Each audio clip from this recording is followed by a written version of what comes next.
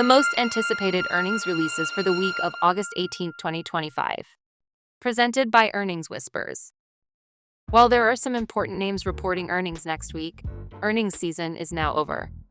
Yet, we still have 100 companies reporting results this week. While more than a dozen names are reporting on Monday, the one investors care about the most is easily Palo Alto Networks. Results matter less due to the CyberArk acquisition. Although the company reported strong results last quarter, the stock is likely to struggle to sustain a move above the $200 resistance area until this is digested. Freightos is a small company that has investors increasingly bullish, with positive trends.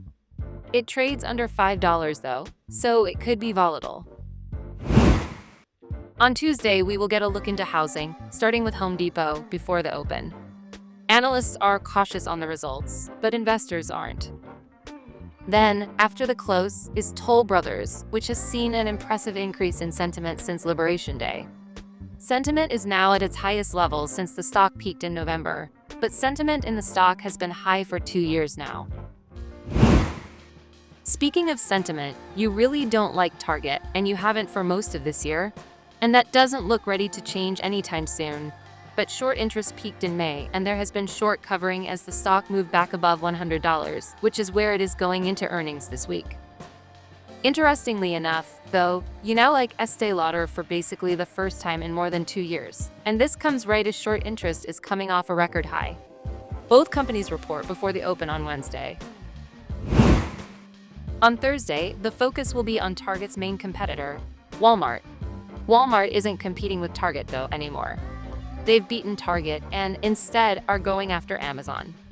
It is going increasingly well and taking market share, with margins from deliveries improving.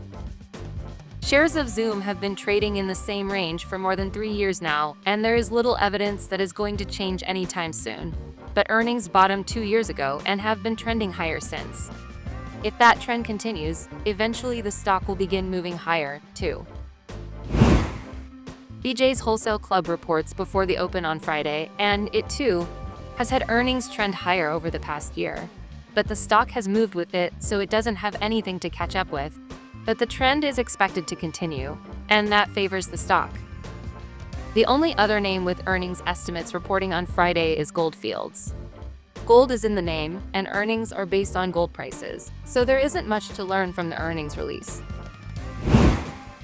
Despite the lower number of earnings releases this week, there are still several with likely double-digit moves. One standout is BBVA Argentina, which has averaged nearly a 7% move on earnings, but traders are pricing in a 20% move this time. Sellers have been in control since the last earnings release, but so far, there have been buyers below $15. Finally, looking out over the next month, we have a few more names filling up September's calendar. But all eyes are on next week for now. Of course, that means Nvidia, but there are a number of other key names, and even Alibaba has snuck in there at the end of the week. Shh.